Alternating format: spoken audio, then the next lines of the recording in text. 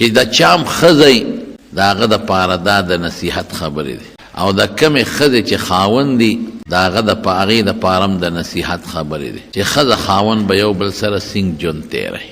زمانونو د رسول الله مبارک یو حدیث دی، بس هغې ته ګوره اوس.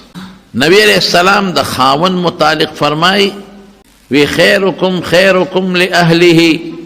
خلک وی پلان کې ښه سړی دی، پلان کې سړی ډېر ښه سړی، ډېر زبردست سړی. نه د حضور پاک مبارک نه تپوس کو چې ښه سړی څوک دی.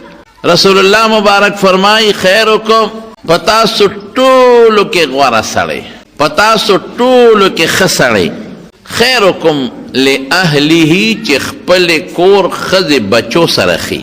هلکه خبرې مه کوئ پرېږدئ. چې کم سړی په خپل کور کې خپل ښځې سره او بچو سره ښي دا په تاسو کې ښه سړی دی. بارخوار سړی ښي، یار دوست سره ښه ژوند تېروي. چکرې چې کور خفه شي یار دوست ته ویده چې ځو مري ته، چې کور خفه شي یار دوست ته ویده چې ځو چې مړه چکر ولګو. نو بارخوار سړی ښه سړی دی. او چې کور ته راننوځي نو زمرۍ یې د بریتو نه نیولي، ښځې ته غوسه. نو حضور پاک فرمایي خیرکم، تاسو ټولو کې ښه سړی او بهترین هغه دی خیرکم لأهله چې خپلې ښځې بچو سره ښي. وانا خیرکم لأهلی، او زه په تاسو ټولو کې د خپل اهل سره ګورې ښیمه. رسول الله مبارک د خپلو بیبیانو سره او د خپلو بچو سره د خپلو غلامانو سره او د خپل خاندان سره بهترینه زندگی تېره کړې ده. سړي ته داسې وي چې کور ښه ژوند تېر کا، چې ښه لري صفت وکړي. او زه به یې در یو څو مثاله درکړم. یو ځل نبي علیه السلام مبارک اوبه وغوښتې، عایشې صدیقې رضی الله تعالی عنها سره جام په لاس کې وی عایشې چې ته کله اوبه وڅکې نو باقي ماله راوړه. او ورته وی نه د الله رسوله مخکې به ته وبسکې بیا به وروسته زه څکم. وی نه ته وڅکه. نو عایشې بیبي اوبه وڅکلې، نو بیا یې وله جام راوړه. نو چې جام یې راوړه نو رسول الله مبارک ته تپوس وکړو، وی عایشې شونډې دې په کوم ځای پرتې وې؟ نو عایشې بیبي ورته ګوته ونیوه، وی صاحب په دقه ځای مې شونډې پرتې وې، دقه ځای مې شونډې پرتې وې. قسم دی حضور پاک مبارک د عایشې د شونډو په ځای خپلې شونډې کېښودې او بیا وڅکلې.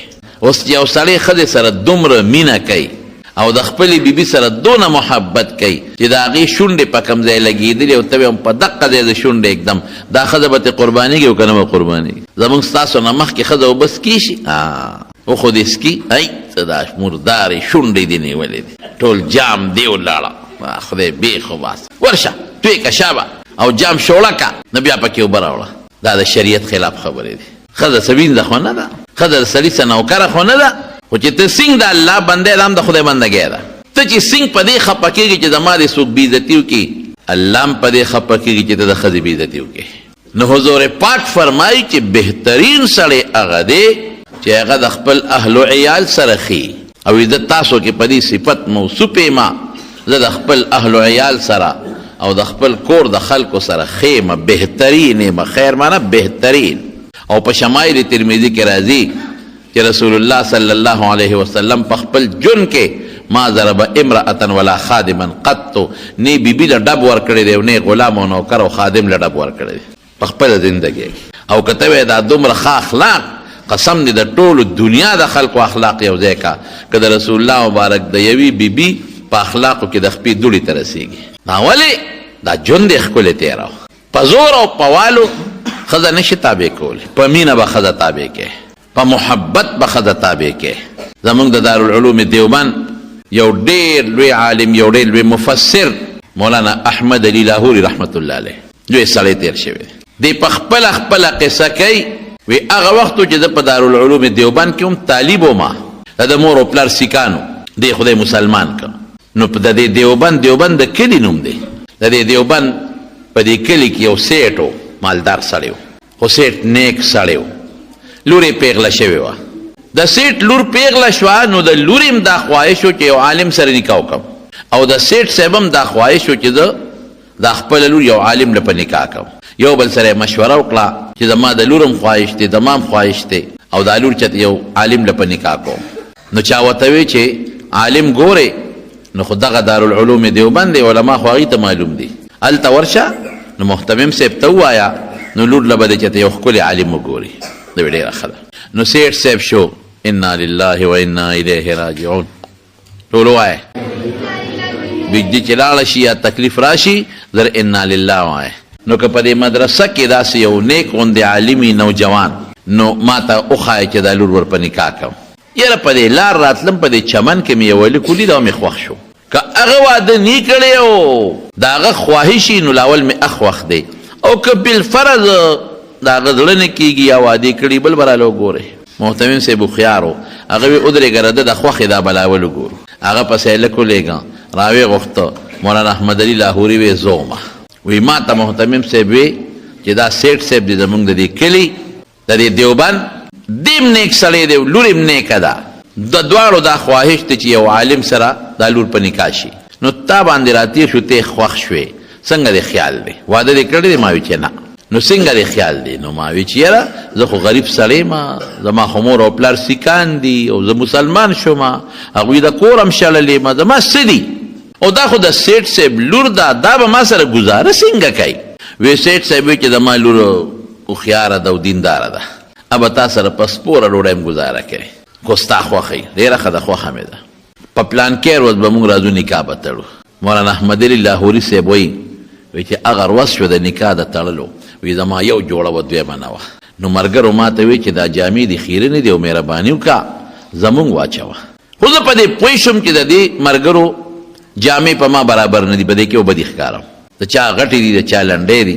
مشوره یې دا راکړه، طالبان هم زمونږ یو بل سره خوش طبیعتۍ ډېرې کوي. وی چې غسلخانې ته ننوځه او اوبه هم لامبې، سرسونت به وکړې، جامې به برابر کې، او بیا به لنګ ووې او بار به روځي، یا جامې دې نچوڼ کا او بس نور ته به یې واچوې او بس اوبې بادې او بس وچې بشي وابچې.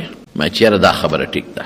وی غسلخانې ته ننوتم، ویښته نوکان وغیره مې برابر کړل، او مې لمبل او جامې مې ځان له ووینځلې او لنګ مې و بار راووتم. خو بس طالبانو را سره چل وکړه او زه مړو پوه نه شوم. ورځ د وریځ به او نرۍ نرۍ باران و جامې کم دی وچېدې، جامې بادوم او هوا له ورکوم او جامې کم دی وچېږي. او طالبان هم را پورې خاندي چې ټینګ شه. وی خیر جامو نه څه ناسه اوبه اوچې شوې، خو نمجنې دې مې واچولې، یخني به پکې رپېدم. دې کې مې سخر راغی، د سخرونه مې رالل او خیان مې رالل. نکاح تړلی کېږي چې سخر مې ما ته وکتل نو سخر مې پېښ و چې د دې غریب هم دقه یو جوړه ده، بل ورځ چې راغلې هم دقه او نن هم همغه ده، او ځان لینځلې ده او لا وچه شوې نه ده. په ما پوه شو. وی نکاح وتړلی شو. د نکاح نه پس واده شو، ښځه مې کور ته بوتله.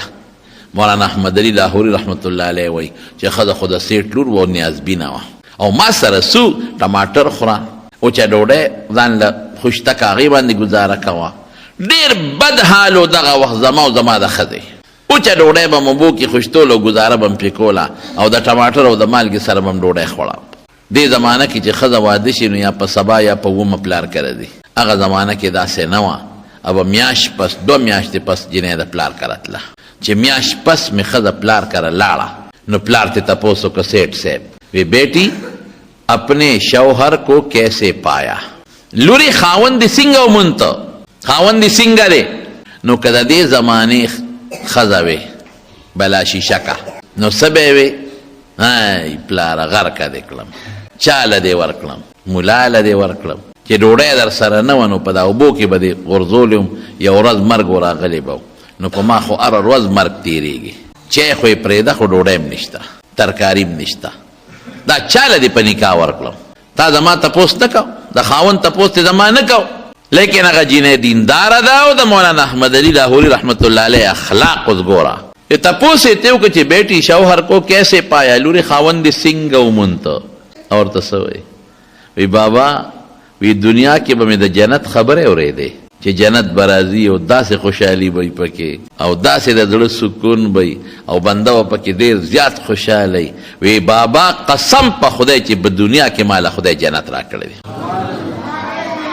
اور مولانا احمد علی لاہوری رحمت اللہ علیہ لکھی پخپل بیتی کے وی یہ وہ وقت تھا جب احمد علی نتا، آج احمد علی ہے. وی دا اغا وقتو چی دا ما دا مقام نو او ما تخد جنت وی وسخوی الحمدللہ احمد علی دی وی دا کشف خواندو. یو دل یو سڑی والا راغی استا پا گون کی 2 کسان بڑی دی او سیب جنازہ بے تکے پا پلان کی تیم دا سرخکتا کوئی ایک جنت کو گیا ایک دوزخ کو. نو مرگر وتوی شاگردانو وی سیب دا دومره دعوه خو پیغمبرم نه کړي، د غیب علم خو الله سره دی.